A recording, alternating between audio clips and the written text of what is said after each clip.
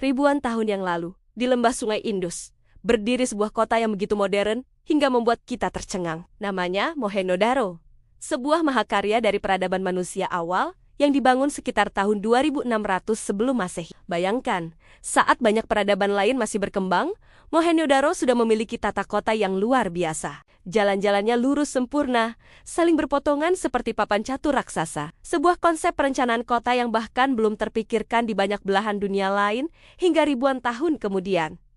Tapi bukan cuma itu yang membuat kota ini spesial. Hal yang paling menakjubkan adalah sistem sanitasinya. Hampir setiap rumah di Mohenjo-daro punya kamar mandi pribadi. Air kotornya dialirkan melalui saluran tertutup yang terbuat dari batu bata, langsung menuju sistem drainase utama kota. Ini adalah bukti bahwa mereka sudah sangat peduli dengan kebersihan publik. Jauh sebelum bangsa Romawi terkenal dengan saluran airnya. Di jantung kota, ada sebuah bangunan ikonik yang kita sebut Great Bath atau pemandian besar.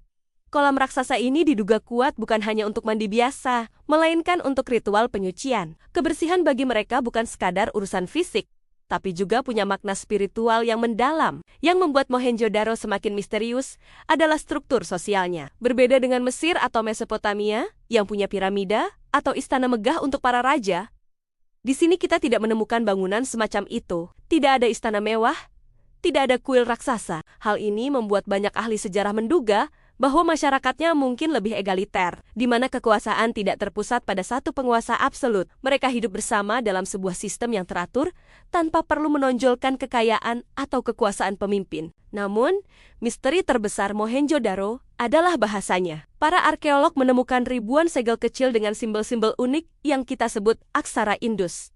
Sampai hari ini, tidak ada seorang pun yang berhasil memecahkan kode tulisan ini. Kita tidak tahu apa nama asli kota ini, siapa nama pemimpin mereka, atau bahkan bagaimana mereka menyebut diri mereka sendiri. Semua pengetahuan itu terkunci rapat dalam simbol-simbol bisu yang menunggu untuk diungkap. Lalu, bagaimana peradaban secanggih ini bisa runtuh?